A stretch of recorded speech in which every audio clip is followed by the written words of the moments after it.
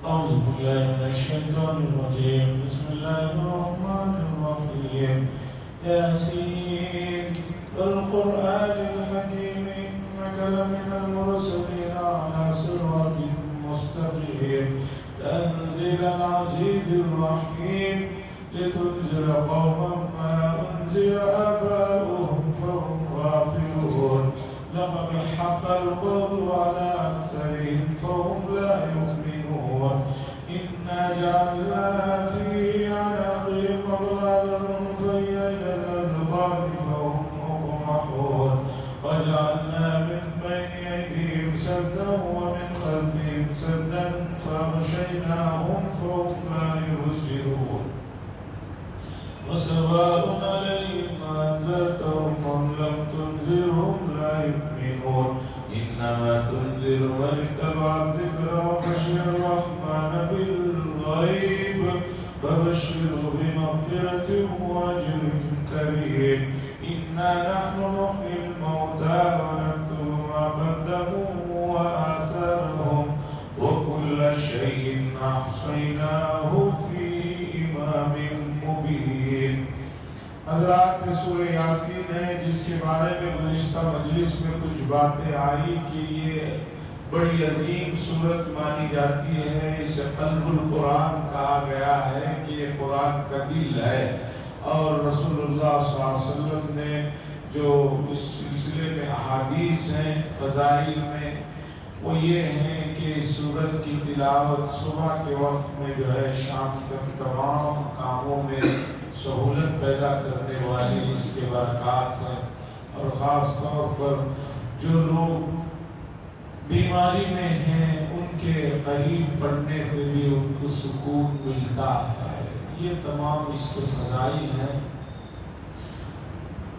قلب القرآن اس لیے کہا گیا کہ بنیادی طور پر قرآن مجید میں تین بڑے مضامین ہیں. پہلے نمبر پر توحید کہ اللہ کو ایک ماننا، دوسرے نمبر پر رسالت کہ محمد رسول اللہ صلی اللہ علیہ وسلم کو رسول ماننا، تیسرے نمبر پر آخرت کا عقیدہ کہ بھئی یہ دنیا فرسٹ اور آخری نہیں ہے، اس کے بعد ایک اور دنیا جو اصل دنیا ہے. تو پورے قرآن میں یہ تین مضامین بنیاد ہے، اسی کے آس پاس دوسرے چیزیں چلتی ہیں. تو یاسین اکلوتی صورت ایسی ہے کہ اس میں تینوں مضامین توحید کا بھی ہے، رسالت کا بھی ہے، آخرت کا بھی. شروعات رسالت سے مکے کے لوگوں کو رسول اللہ صلی اللہ علیہ وسلم کے سچے ہونے میں، امین ہونے میں کوئی مسئلہ نہیں تھا. وہ رسول نہیں مانتے تھے.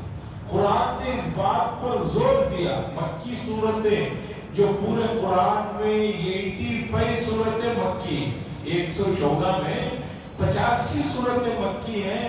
85 صورتوں میں اس بات پر زور دیا گیا کہ حضور کو رسول مانو، اس کے بغیر تم کامیاب نہیں ہو سکتے. اور اب بھی قیامت تک یہی مسئلہ ہے.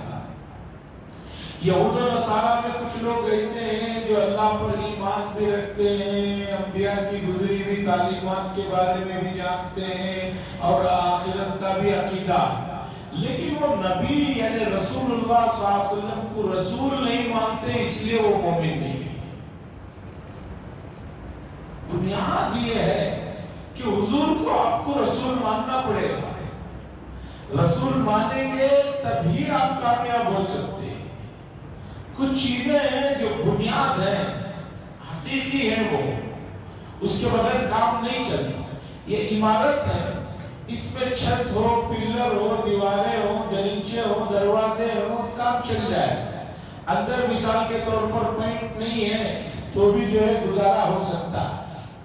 اندر نیچے اعلیٰ درجے کے قالینیں نہ ہو تو بھی گزارا ہو سکتا ہے. لیکن چھت ہی نہیں ہے، صرف دیواریں ہیں، یا چھت کے ساتھ دیواریں تو ہیں، دروازے دریچے نہیں ہیں، تو گھر کی حفاظت، گھر کا مسئلہ ہوتا ہے. تو جو بنیادی چیزیں ہیں ان پر ایمان لائے بغیر کام نہیں ہو سکتا. یاسین یہ حضور صلی اللہ علیہ وسلم کے ناموں میں سے بھی ایک نام وصفی مانا جاتا ہے، جیسے کہ یہاں پر 99 ناموں میں لکھا ہوا آپ دیکھیں گے، اور دوسرا اللہ کے ناموں میں بھی اس کا شمار کیا جاتا ہے۔ بہرحال یاسین حروف مقطعات میں اللہ بہتر جانتے ہیں کہ اس کے معنی کیا ہے۔ والقرآن الحکیم، حکمت اور دانائی سے بھرپور قرآن مجید کی قسم۔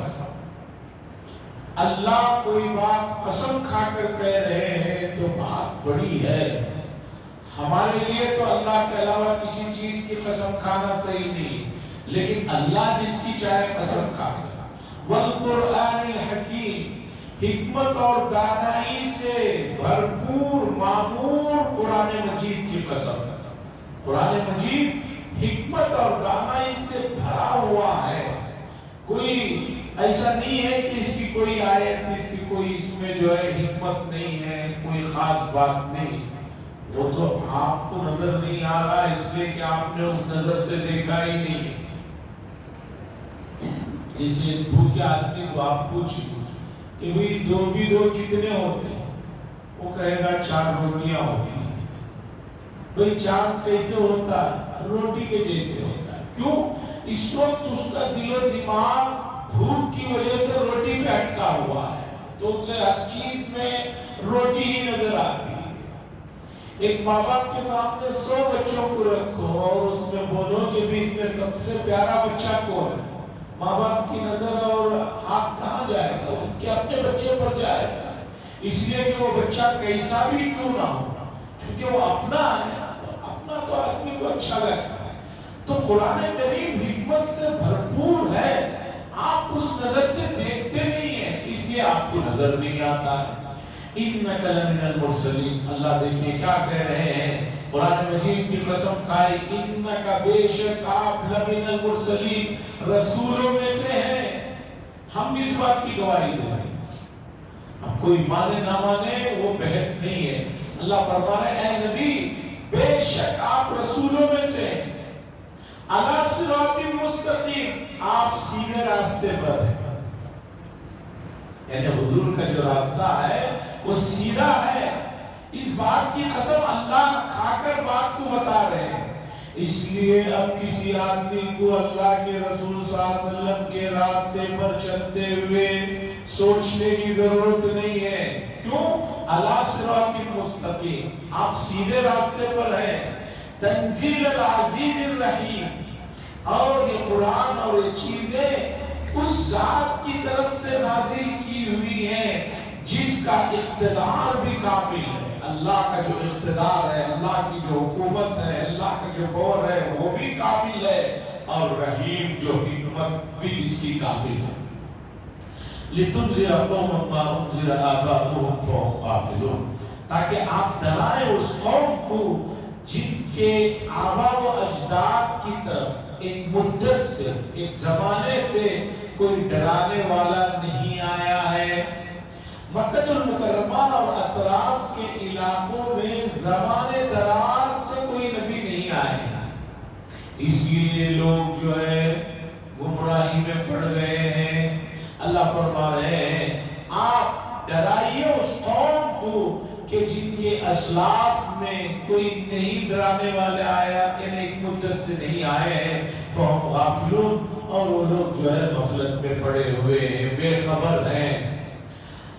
اب آگے اللہ فرماتے ہیں، مکی صورت ہے، مکے کے حالات معلوم ہے، حضور بار بار لوگوں کو اللہ کا پیغام دے رہے ہیں، بلا رہے ہیں، سب جا رہے ہیں، لیکن وہ آ نہیں رہے ہیں، تو حضور صلی اللہ علیہ وسلم کو ظاہری طور پر ایک بے چینی ہوتی تھی، پریشانی ہوتی تھی، کڑن ہوتی تھی، افسوس ہوتا تھا کہ لوگ کیوں حق بات کو نہیں سن رہے ہیں۔ تو اللہ تعالیٰ تسلی دے رہے، لَقَدْ حَقَّ الْقَوْلُ عَلَىٰ أَكْثَرِهِمْ فَهُمْ لَا يُؤْمِنُونَ، تحقیق کے بات جو حق بات ہے وہ ثابت ہو چکی ہے ان میں سے اکثر پر۔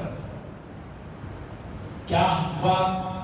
حق بات یہ ہے کہ اللہ نے فرمایا کہ جو لوگ ایمان نہیں لائیں گے لَأَمْلَأَنَّ جَهَنَّمَ مِنَ الْجِنَّةِ وَالنَّاسِ أَجْمَعِينَ، ہم جہنم کو جنات اور انسانوں سے بھر دیں گے۔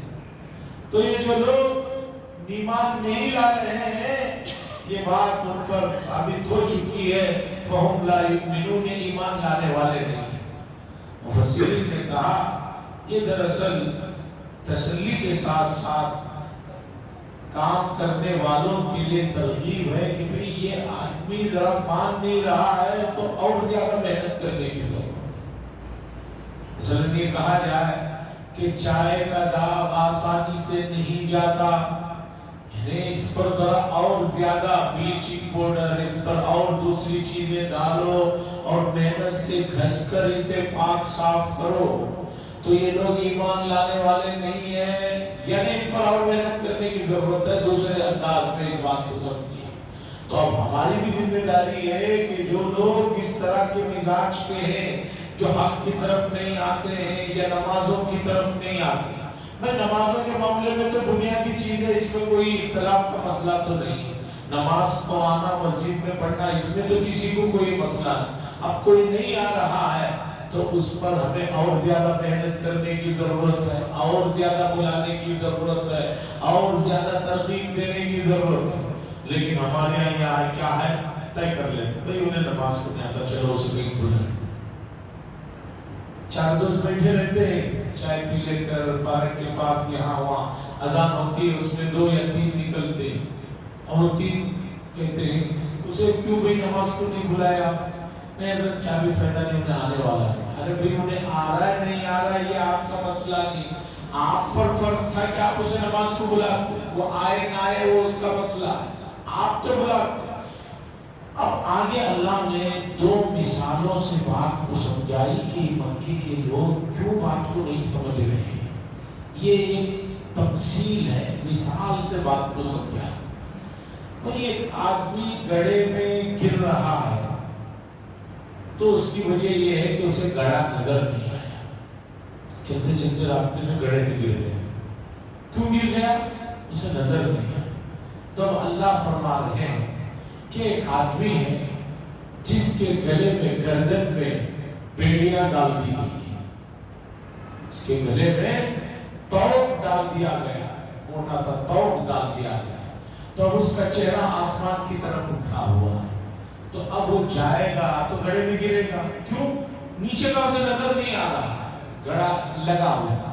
تو اللہ فرما رہے ہیں کہ ان کو ہم بات اس لیے نہیں سمجھ میں آ رہی ہے کہ ان کے دل و دماغ پہ پردے پڑے ہوئے ہیں۔ جیسے ایک آدمی کے گلے میں توق پڑ جائے تو نیچے کا نظر نہیں آتا، اسی طرح دوسرا ایک آدمی کو ایک کمرے میں آپ بند کر دیے، ادھر بھی دیوار، ادھر بھی دیوار، ادھر بھی دیوار، ادھر بھی دیوار، اب اسے باہر کا کیا نظر آئے گا؟ تو اللہ نے فرمایا یہی حال ان لوگوں کا ہو گیا ہے کہ ان کی آنکھوں پہ پردے پڑ گئے ہیں ہم بات کو سمجھنے کے لیے یا جو ہے سننے کے لیے۔ یہ مثال سے اللہ فرماتے ہیں اِنَّ جَعَلْنَا فِي أَعْنَاقِهِمْ أَغْلَالًا، بے شک ہم نے بنا دیا ہے ان کی گردنوں میں طوقیں، فَهِيَ إِلَى الْأَذْقَانِ، بس وہ تھوڑیوں تک ان کی جو ہے وہ بیڑیاں لگی ہوئی ہیں، فَهُمْ مُقْمَحُونَ، اس میں جو ہے ان کو وہ چیزیں جو ہے نیچے کی نظر نہیں آتی۔ وَجَعَلْنَا مِن بَيْنِ أَيْدِيهِمْ سَدًّا، اور بنایا ہے ہم نے من بین ایدیہم، ان کے آگے بھی ایک دیوار، ان کے پیچھے بھی ایک دیوار، فَأَغْشَيْنَاهُمْ، پس اس چیز نے، ان دیواروں نے ان کو ڈھانپ لیا ہے، فَهُمْ لَا يُبْصِرُونَ، ان کو کچھ نظر نہیں آتا۔ یعنی جیسے ایک آدمی بند کمرے میں باہر کا نظر نہیں آ رہا ہے، ان کے سامنے مانوی اعتبار سے حق نظر اس لیے نہیں آ رہا ہے کہ ان کی آنکھوں کے سامنے پردے پڑے ہوئے، ماننے میں ان کو پریشانی ہو رہی۔ اب آگے اللہ فرماتے ہیں وَسَوَاءٌ عَلَيْهِمْ أَنذَرْتَهُمْ أَمْ لَمْ تُنذِرْهُمْ لَا يُؤْمِنُونَ، برابر ہے آپ ان کو ڈرائیں، سمجھائیں یا نہ سمجھائیں، یہ ایمان لانے والے نہیں ہیں۔ یہ آیت اس طرح کے مضمون پہلے پارے میں بھی گزر چکے ہیں۔ مکے میں کچھ خاص نامزد قسم کے مشرکین تھے جو ایمان لانے والے نہیں تھے، اسی حالت میں مرے، تو یہ ان سے متعلق بھی آیت کہہ سکتے ہیں، یا یہ کہہ سکتے ہیں کہ یہ تسلی کے لیے بات ہے، یا تیسری بات یہ ہے کہ بھائی وہ جو ایمان نہیں لا رہے ہیں وہ ان کا اپنا عمل ہے، ان کے ایمان نہ لانے کی وجہ سے آپ پریشان ہیں، آپ کو تو ثواب ملے گا۔ یہ کام کرنے والوں کے لیے ترغیب ہے، ترغیب ہے۔ میں بہت مرتبہ یہ بات بتا چکا، کس کے لیے حق کتنے بار پر مقدر ہے یہ اللہ بہتر جانتا ہے۔ ایک آدمی 99 سال کفر پر رہتا ہے، لیکن اچانک کوئی بات اسے اثر کر جاتی ہے، ایمان لا لیتا ہے۔ ایسا ہے نا مسئلہ، 90 سال ایک آدمی کفر میں رہا، آخر عمر میں کوئی ایک بات اسے کسی کی سمجھ میں آ جاتی، ایمان میں آ جاتی، اور بہت سارے لوگ مسلمان مرتد ہو جا رہے ہیں۔ اس کا مطلب یہ ہے کہ کفر و شرک پر کام کرنے والے مایوس نہیں ہیں، وہ مسلسل کام کر رہے ہیں۔ اور عجیب بات یہ ہے کہ تعلیم یافتہ لوگ زیادہ گمراہ ہو رہے ہیں، بعض عجیب عجیب باتیں کر دیتے ہیں۔ بعض لوگ کہہ رہے ہیں کہ ہمارے لیے قرآن کافی ہے نا، حدیث کی کیا ضرورت ہے؟ ارے بھائی، قرآن آیا ہی حدیث کی وجہ سے، یہ قرآن ہے، آپ کو کیسے پتا چلا؟ جو صلی اللہ علیہ وسلم نے پڑھ کر سنایا، صحابہ نے بات بتائی، تبھی تو آپ کو پتا چلا یہ قرآن ہے۔ اور دوسرا، قرآن کے مضامین کو سمجھنے کے لیے بغیر حدیث کے آپ کیسے سمجھ سکتے ہیں؟ 4 رکعت ظہر میں ہے، مغرب میں 3 رکعت ہیں، یہ کس نے بتایا آپ کو؟ یہ قرآن نے بتایا، یہ حدیث نے بتایا۔ نماز ہے، یہ قرآن نے بتایا، لیکن اتنے رکعت ہیں، یہ کس نے بتایا؟ حدیث نے بتایا۔ زکات 2.5 ہے، گولڈ کے لیے، چاندی کے لیے، کیش کے لیے، بکروں کے لیے زکات الگ ہے، گائیں جو پالتے ہیں ان کے لیے الگ ہے۔ زراعت، پھر زراعت میں 2 طریقے ہیں، ایک قدرتی بارش سے زراعت ہوتی ہے، اور ایک آپ بورویل لگاتے ہیں، کنواں بناتے ہیں اور اس سے جو ہے آپ زراعت کرتے ہیں، اس کے لیے الگ زکات کا سسٹم ہے۔ یہ کس نے بتایا؟ قرآن نے کہا زکات دو، لیکن یہ کس نے بتایا؟ یہ آپ کو حدیث نے بتایا۔ اب آپ کہیں ہمیں حدیث ہی نہیں چاہیے، تو پھر آپ دین کو سمجھیں گے کیسے؟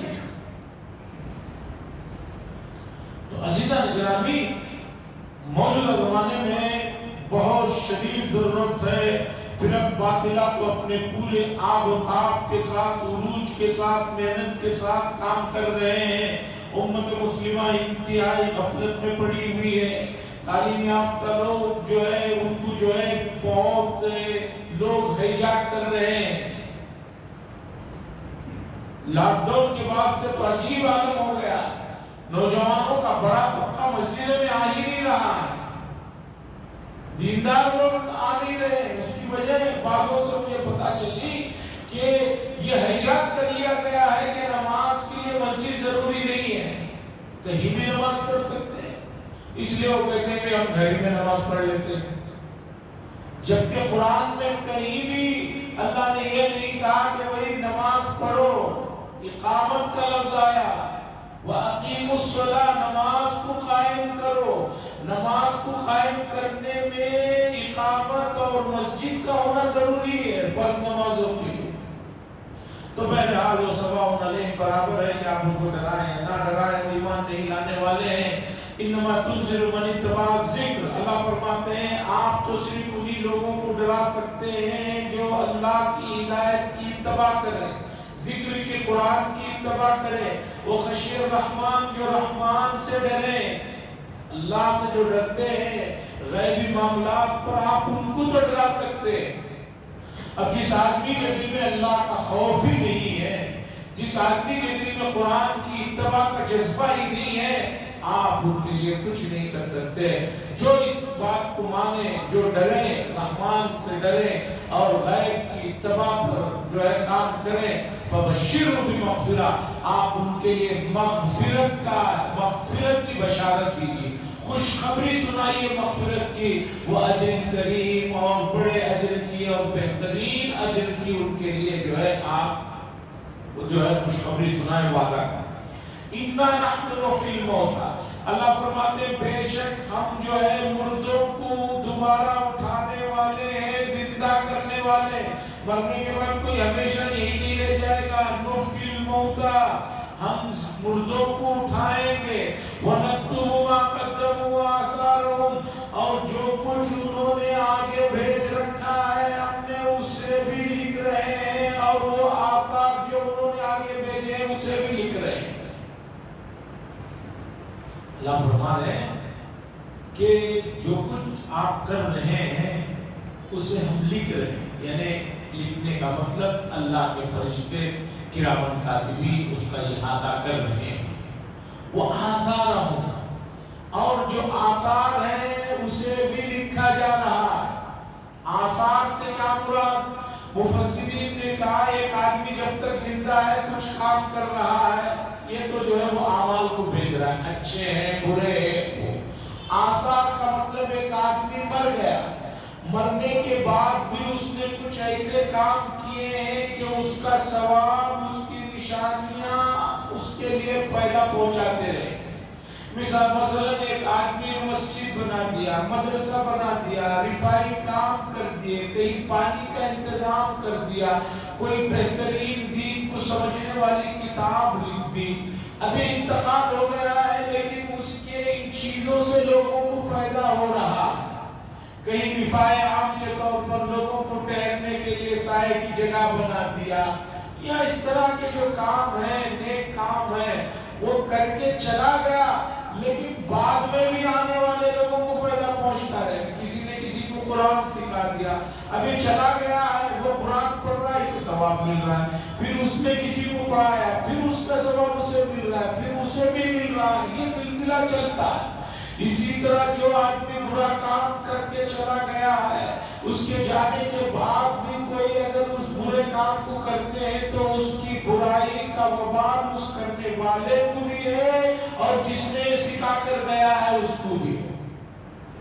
ابن عباس رضی اللہ تعالیٰ عنہ نے سورہ مائدہ میں جو حضرت آدم علیہ السلام کے دو بیٹوں کا قصہ ہے، حابیل قابیل کا، اس کے ذیل میں لکھا ہے کہ دنیا میں جب جب جہاں جہاں کوئی کسی کو ناحق قتل کرتا ہے تو قاتل کے نام اعمال میں جتنے گناہ لکھے جاتے ہیں اتنے ہی گناہ آدم علیہ السلام کے اس بیٹے قابیل کے نام اعمال میں بھی لکھے جاتے ہیں، اس لیے کہ قتل کی ابتدا سب سے پہلے اس نے سکھائی.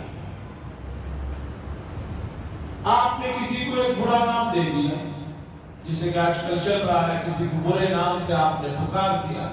اب آپ تو چلے گئے لیکن دوسرے لوگ اسے اس برے نام سے پکار رہے ہیں، تو جتنا وبال ان کو ہے اتنا ہی آپ کو بھی. کسی کو آپ نے بری عادتیں ڈال دی، گناہوں کی ایک لمبی فہرست ہے، وہ آج کل بتانے کی ضرورت نہیں ہے. اللہ فرما رہے وَنَكْتُبُ مَا قَدَّمُوا وَآثَارَهُمْ، اور لکھ رہے ہیں ہم تمہارے ان کاموں کو جو تم نے آگے بھیجے ہیں، وَآثَارَهُمْ، اور ان کے آثار کو بھی. وَكُلَّ شَيْءٍ أَحْصَيْنَاهُ فِي إِمَامٍ مُبِينٍ، اور ہر چیز کا احاطہ کیے ہوئے ہیں.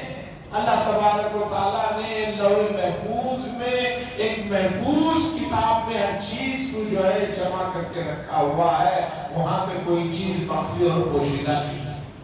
یعنی لوح محفوظ میں سب کا علم ہے. یہ ایک رکوع ہوا یاسین کا. دوسرا رکوع شروع ہو رہا ہے. یہ رکوع پورے کا پورا سمجھنے کے لیے ایک واقعہ ہے، اسے سمجھیے، پھر آیتوں کا ترجمہ سمجھنے میں آسانی ہوگی.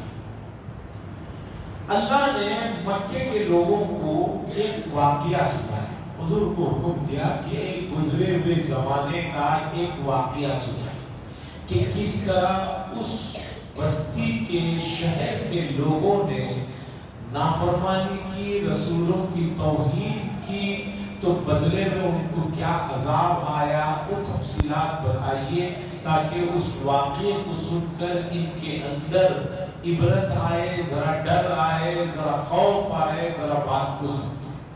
قصہ کیا ہوا؟ قرآن نے تو بتایا نہیں کہ وہ کون سے شہر کا واقعہ. قرآن کی عادت ہے کہ جو مین چیز ہے اس پر فوکس کرتا ہے. جو آزو بازو کی تفصیلات ہیں وہ غیر ضروری تفصیلات سے کوئی مسئلہ پر توجہ ہونے والی نہیں ہے، اس کا ذکر نہیں کرتے۔ اللہ نے ایک شہر کا واقعہ سنا، سب سے پہلے سنیے یہ شہر کوسا۔ اکثر مفسرین کہتے ہیں یہ ترکی سے لگا ہوا ایک شہر ہے، انطاکیہ۔ ایک شہر تھا انطاکیہ، ابھی بھی ہے، اور آپ جانتے ہیں آئے دن شہروں کے نام بدل رہے ہیں، کچھ تلفظ بدل جاتا ہے، کچھ یہ ہو جاتا ہے۔ لسانیات کا علم رکھنے والوں سے پوچھئے، جو بڑا اچھا موضوع ہے وہ سمجھائیں گے۔ مثلا بہت سارے برادران وطن کہتے ہیں کہ ہمارا مذہب جو ہے اور ہماری جو مذہبی کتابیں ہیں وہ 8 لاکھ سال پرانی ہیں، تو ان سے ہم صرف اتنا ہی پوچھتے ہیں کہ 8 سال یا 8000 سال پرانی کتابیں ہیں یا پرانا مذہب ہے، تو بتائیے کہ اس مذہب کی لینگویج اصل کیا تھی؟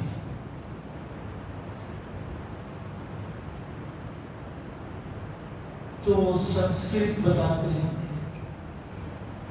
جو لکھی جاتی ہے ہندی، تو ہم کہتے ہیں کہ بھائی سنسکرت تو 1000 سال پہلے کی لینگویج ہے، تم جو 8000 سال پہلے کی بات کرتے ہو یا 8 لاکھ سال پہلے کی بات کرتے ہو، وہ کون سی زبان میں تمہاری مذہبی کتابیں تھیں؟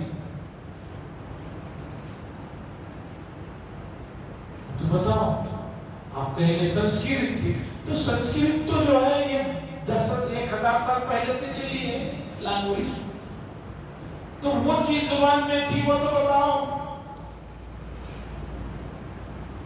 ہم سے کوئی قرآن کے بارے میں پوچھے، ہم کہتے ہیں کہ یہ قرآن ہے عربی میں، کب سے؟ 1450 سال سے۔ کوئی یہ کہے کہ بھئی اس سے پہلے دوسری زبانیں تھی، لیکن ہمیں قرآن نے بتایا کہ دوسرے پیغمبر بھی جو آئے تھے وہ ایک ہی اللہ کا پیغام دے رہے تھے۔ تو خیر، انطاکیہ ایک شہر ہے ترکی اور ملک شام کے درمیان میں، ایک بڑا خوبصورت سرسبز و شاداب شہر تھا، اور آپ جانتے ہیں کہ کسی شہر میں سب کچھ سہولتیں مہیا ہو، کھانے پینے کی، رہنے کی، صحت کی، پھر آدمی کو پاگل ہونے میں اور جو ہے متکبر ہونے میں زیادہ پریشانی نہیں ہوتی۔ الشباب شعبۃ من الجنون، جوانی بھی پاگل پن کی ایک کوالٹی ہے، قسم ہے۔ تو یہاں سب کچھ تھا، تو یہاں کے لوگوں نے جو ہے یہ عیسیٰ علیہ السلام کے آسمانوں پر اٹھا لیے جانے کے بعد کا واقعہ ہے، یہاں کے لوگ جو ہے کفر و شرک میں مبتلا ہونا۔ تو اللہ نے یہاں پر کہا کہ ہم نے رسولوں کو بھیجا۔ رسولوں سے کیا مراد ہے؟ مفسرین کہتے ہیں یعنی عیسیٰ علیہ السلام کے ماننے والے جو قاصد تھے وہ 2 آدمی آئے، یا ہو سکتا ہے کہ 2 نبی مبعوث ہوئے ہوں، اس لیے کہ ایک ساتھ 2 3 نبی پہلے بھی آیا کرتے تھے۔ تو 2 نبی آئے اور شہر والوں کو بات سمجھایا، تو وہ بات کو نہیں مانے، تو اللہ نے ایک اور نبی اور رسول کو بھیجا، انہوں نے بھی آ کر سمجھایا، تو بھی ان لوگوں نے نہیں مانا۔ ان لوگوں نے کہا کہ بھئی تم لوگوں کے آنے کی وجہ سے یہاں پریشانی نو سے شروع ہو گئی، برا بھلا کہہ رہے تھے۔ اسی درمیان میں اس انطاکیہ شہر کے باہر ایک آدمی رہتے تھے، مفسرین کہتے ہیں ان کا نام تھا حبیب، اور ان کا کام تھا لکڑی کا کام کرنے والے تھے، تو نجار کہتے ہیں، حبیب نجار۔ وہ بھی بت پرست تھے لیکن وہ ان پر ایمان لا چکے تھے۔ انہوں نے آ کر قوم کو سمجھایا کہ ان نبیوں اور رسولوں کی بات کو مانو اور ایمان لا لو، نہیں تو تم پر بڑی پریشانی آئے گی۔ ان لوگوں نے کہا کہ ہم اس پر ان پر بھی ایمان نہیں لاتے اور تجھے بھی نہیں چھوڑیں گے، یہ کہہ کر جو ہے انہوں نے اس آدمی کو مار مار کر پتھر ختم کر دیا، ان کو حبیب نجار کو، جو آ کر انہوں نے اپنے قوم کو سمجھایا۔ تو اللہ تعالیٰ نے بتایا کہ وہ حبیب نجار کو جب مار کر ختم کر دیے، ہم نے ان سے کہا کہ جنت میں داخل ہو جاؤ۔ عالم برزخی میں جنت نے ان کے لیے چیزوں کو دکھا دیا گیا، وہ پھر جو ہے ان کا مسئلہ ختم ہوا اور رسولوں کو بھی ان لوگوں نے بہت برا بھلا کہا، تو اللہ نے فرمایا کہ ہم نے اس بستی کو اور بستی والوں کو ختم کرنے کے لیے نہ ہمیں کوئی فوج بھیجنے کی ضرورت تھی، نہ اور کسی چیز کی ضرورت تھی، بلکہ ایک چیخ، ایک چنگاڑ نے پوری بستی کو تباہ و برباد کر دیا۔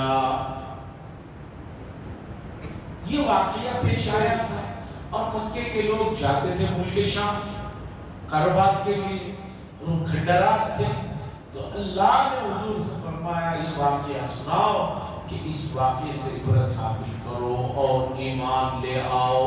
یہ ہے واقعہ۔ وَضْرِبْ لَهُمْ مَثَلًا أَصْحَابَ الْقَرْيَةِ، آپ ان کے لیے بطور مثال گاؤں والوں کے قصے کو سنائیے۔ اِذْ جَاءَ الْمُرْسَلُونَ، ان کے پاس جب رسول آئے، اِذْ أَرْسَلْنَا إِلَيْهِمُ اثْنَيْنِ، ہم نے اس وقت کو یاد کی جب ہم نے ان کے پاس دو رسولوں کو بھیجا تو انہوں نے اسے جھٹلایا۔ فَأَرْسَلْنَا بِثَالِثٍ، ہم نے تیسرے سے ان کی مدد کی۔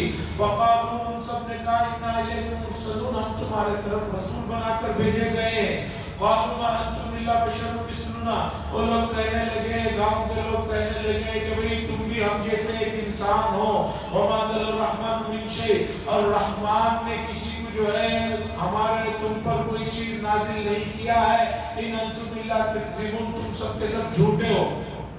قَالُوا رَبُّنَا يَعْلَمُ إِنَّا إِلَيْكُمْ لَمُرْسَلُونَ، وہ سب کہنے لگے کہ ہمارا رب جانتا ہے کہ بے شک ہم جو ہے تمہاری طرف رسول بنا کر بھیجے گئے ہیں۔ وَمَا عَلَيْنَا إِلَّا الْبَلَاغُ الْمُبِينُ، اور ہمارا کام صرف اتنا ہے کہ بات کو تم تک پہنچا دینا۔ قَالُوا إِنَّا تَطَيَّرْنَا بِكُمْ، کہنے لگے کہ بے شک تمہاری وجہ سے نحوست آ گئی ہے، یعنی بدفعلی بھی، اور کہا تمہاری وجہ سے نحوست آئی۔ نحوست اس لیے آئی کہ نبیوں کو انہوں نے بات نہیں جب مانی تو بارش وغیرہ بند ہو گیا، تو یہ لوگ سمجھنے لگے کہ ان کے آنے کی وجہ سے یہ سب ہو رہا ہے۔ بھئی ان کے آنے کی وجہ سے نہیں، ان کی بات نہ ماننے کی وجہ سے تم پر مصیبتیں آ رہی تھی۔ ان لوگوں نے کہا لَئِن لَمْ تَنْتَهُوا، اگر تم اس چیز سے بات نہیں آئے اور ہمیں یہ اللہ کی طرف بلانے کا یہ جو سلسلہ رکھے ہو اس سے بات نہیں آئے تو ہم تمہارے جو ہے پتھروں سے مار مار کر تمہیں رجم کر دیں گے۔ وَلَيَمَسَّنَّكُم مِّنَّا عَذَابٌ أَلِيمٌ، اور جو ہے تمہیں ہماری طرف سے بڑا دردناک جو ہے عذاب پہنچے۔ تو انبیاء نے کہا قَالُوا طَائِرُكُم مَعَكُمْ، وہ کہنے لگے کہ نحوست تو تمہارے ساتھ ہی لگی ہوئی ہے، ہماری وجہ سے نہیں، نحوست تو تمہارے ساتھ لگی ہوئی ہے۔ اَن ذُكِّرْتُمْ بَلْ أَنْتُمْ قَوْمٌ مُسْرِفُونَ، تم جو ہے اس سے سیکھ نہیں رہے ہو بلکہ تم لوگ حد سے گزرے ہوئے ہو۔ یہاں تک مضمون ہوتا ہے وَجَاءَ مِنْ أَقْصَى الْمَدِينَةِ، نیا مضمون شروع ہوتا ہے۔ انشاءاللہ اگلی مجلس میں سے رکھا جائے گا۔ سورہ یاسین پڑھنے کی عادت بنائیے، گھروں میں پڑھیے۔ دیکھیے بہت ساری چیزیں، قرآن کی خاص بات حفظ کی ہے، آپ دیکھ کر بھی نہیں پڑھنا چاہتے، لیکن آپ مسلسل کسی کے سامنے پڑھتے رہیں گے، حفظ یاد ہو جائے۔ رشیا میں 92 کے بعد جب 16 ٹکڑے ہونے کے بعد ملک آزاد ہوا تو وہاں جب آنا جانا عام ہوا تو ایسے بہت سے حافظ ملے کہ جو مکمل حافظ تو ہیں لیکن قرآن مجید کھول کر رکھو تو ان کو دیکھ کر یہ کیا ہے پڑھنا نہیں۔ چونکہ رشیا میں کمیونسٹ زمانے میں عربی کی رائٹنگ کہیں پکڑی جاتی تو پورے گھر کو سزائے موت دے دی جاتی، تو بائی ہارٹ سے بچے حافظ ہوئے۔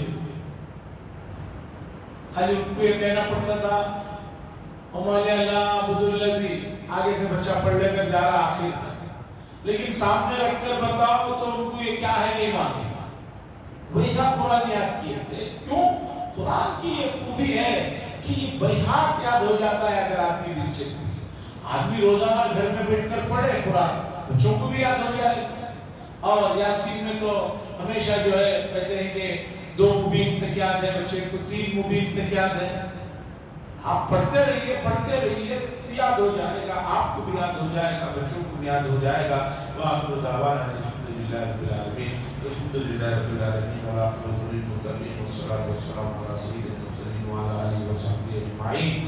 اللهم إنا نسألك من خير ما سألك منه نبيك وحبيبك محمد صلى الله عليه وسلم ونعوذ بك من شر ما استعاذ منه نبيك وحبيبك محمد صلى الله عليه وسلم وأنت المستعان وعليك البلاغ ولا حول ولا قوة إلا بالله صلى الله تعالى وسلم على خير